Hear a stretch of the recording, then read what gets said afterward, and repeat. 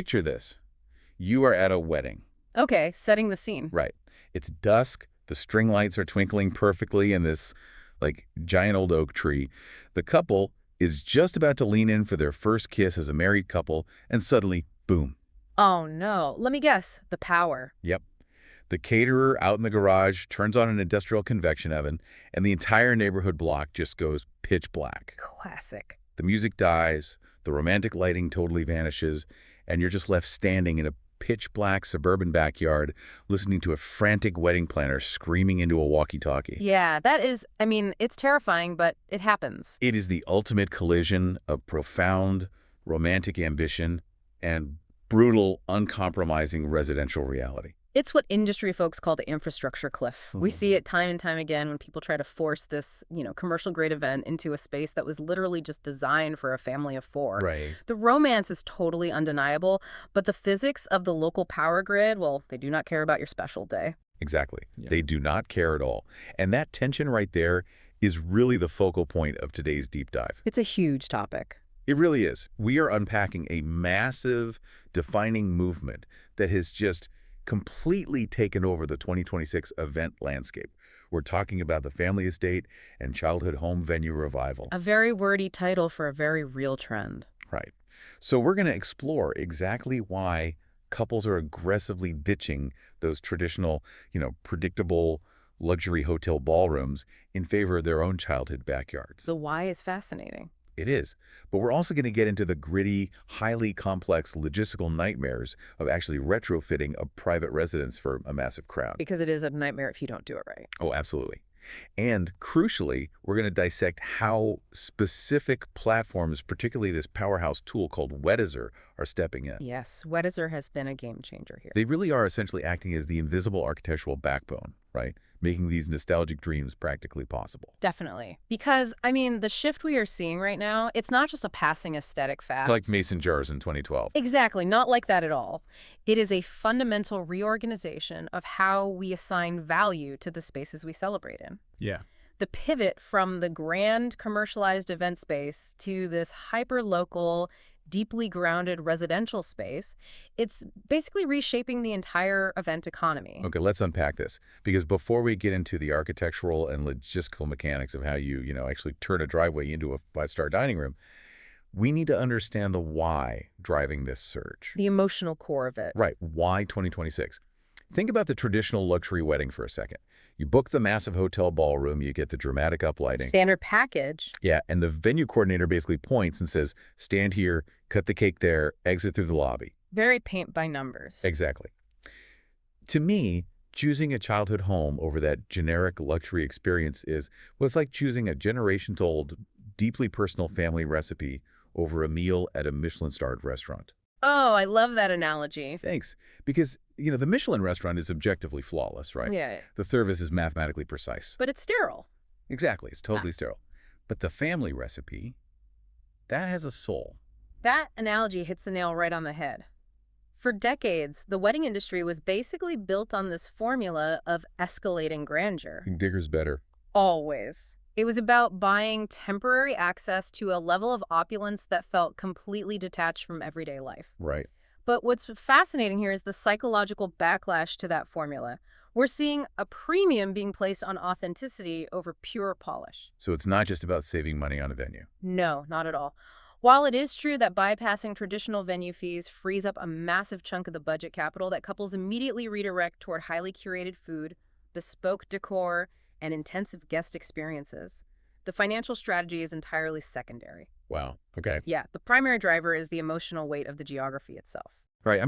A rented ballroom doesn't care that you scraped your knee on its patio when you were 7. Exactly. But your childhood home does.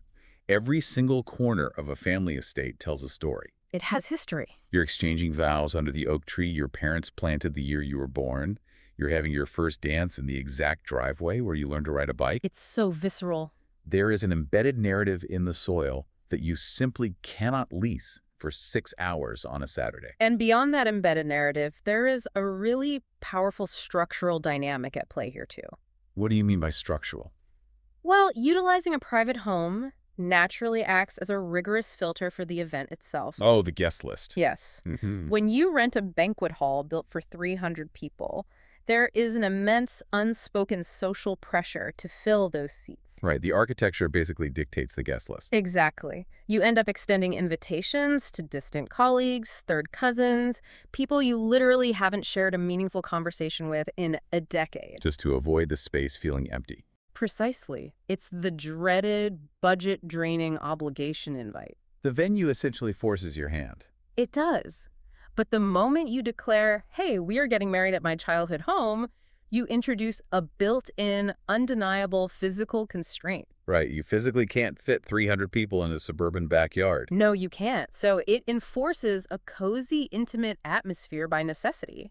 It organically restricts the guest list to the inner circle. Which is what people actually want anyway. Exactly. And looking at the broader psychological data surrounding modern events, this smaller, highly curated scale consistently correlates with much deeper interpersonal connections. That makes total sense. Yeah, it leads to far more authentic, spontaneous moments during the celebration. Plus, I'd imagine it offers a level of absolute creative freedom that commercial spaces literally contract out of existence. Oh, 100%. I mean, try telling a luxury hotel you want to suspend a massive custom floral installation from their antique chandelier, or that you want 3 specialized food trucks parked on our manicured front lawn. They would laugh you out of the office. Right. They will hand you a laminated list of their 3 approved vendors and just shut down the conversation. Yeah, they are risk-averse. But at a family home, you own the canvas.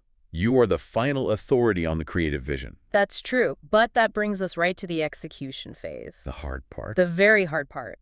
The canvas might be yours, and the creative freedom might be absolute, but it is still fundamentally a residential canvas. Right.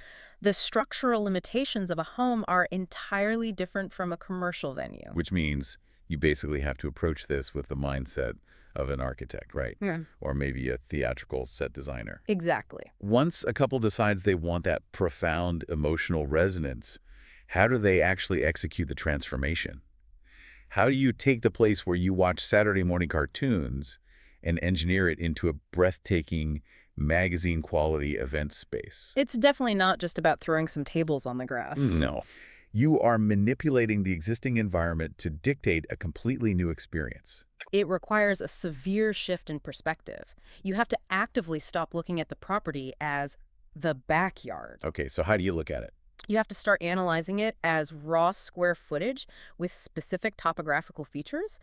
The aesthetic themes we're seeing in 2026 are stunning, but they rely entirely on how successfully you manipulate that space. Right. The thematic executions are wildly creative right now. They really are. Like you see the rustic farm approach where they aren't just, using an old barn as a backdrop, but actively integrating the wooden elements and earthy tones of the property's perimeter to create this cohesive countryside enclosure. Yes, blending the edges. Or the backyard garden setup, which is essentially landscape manipulation. Heavy manipulation. Yeah, using floral arches and structural aisle decor to force a romantic labyrinth-like pathway through what is basically a standard lawn. And then there's the vintage family story aesthetic. Oh, love that one. Where they are pulling historical heirlooms and archival family photos and actually integrating them into the tablescapes. Turning the dining area into a literal museum of the family's history. Exactly. And then, of course, the highly technical outdoor night reception. Right, utilizing the open sky. Yeah, engineering massive grids of fairy lights and candlelit focal points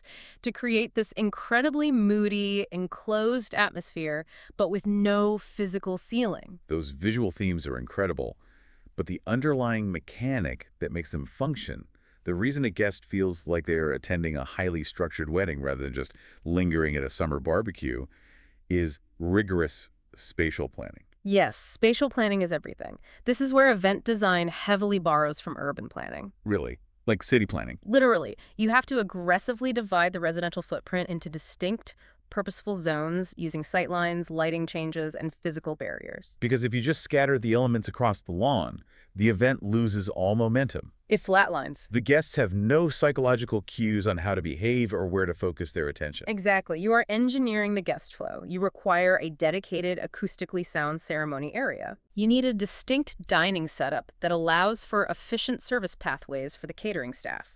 You need a centralized, clearly defined dance floor to concentrate the energy of the party. That makes sense. And, crucially, you must design relaxation corners, specific lower decibel environments away from the main sound system where guests can actually engage in conversation. Without shouting over the DJ. Precisely. Without that rigid structural zoning, the event just degrades into chaos.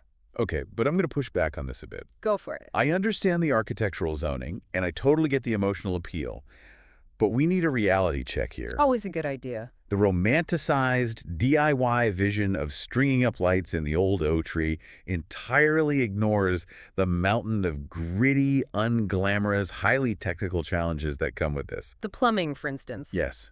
Let's talk sanitation. You Yeah. cannot run 80 people through a single hallway powder room over an 8-hour period. No, the plumbing will literally fail. It will.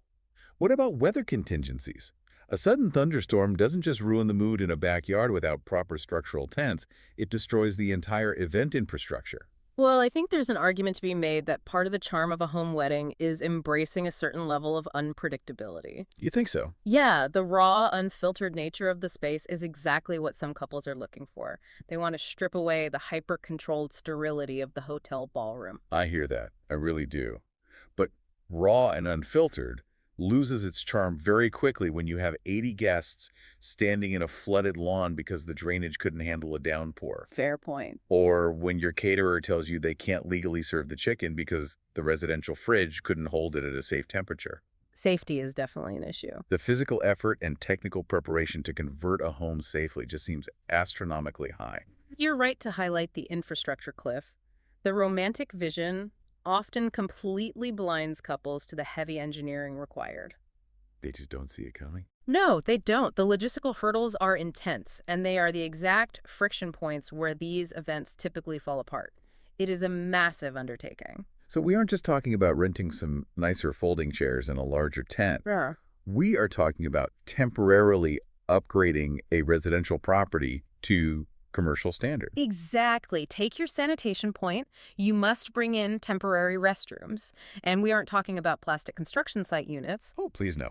right? You need luxury restroom trailers. Those require perfectly level ground, heavy vehicle access to actually drop them off, and often dedicated water pressure hookups that a standard garden hose spigot just cannot provide. Wow, okay. Then you have the lighting. It's not just about aesthetic fairy lights. You have to engineer safety lighting for the perimeter, the pathways, and the parking areas so your guests aren't twisting an ankle in the dark. And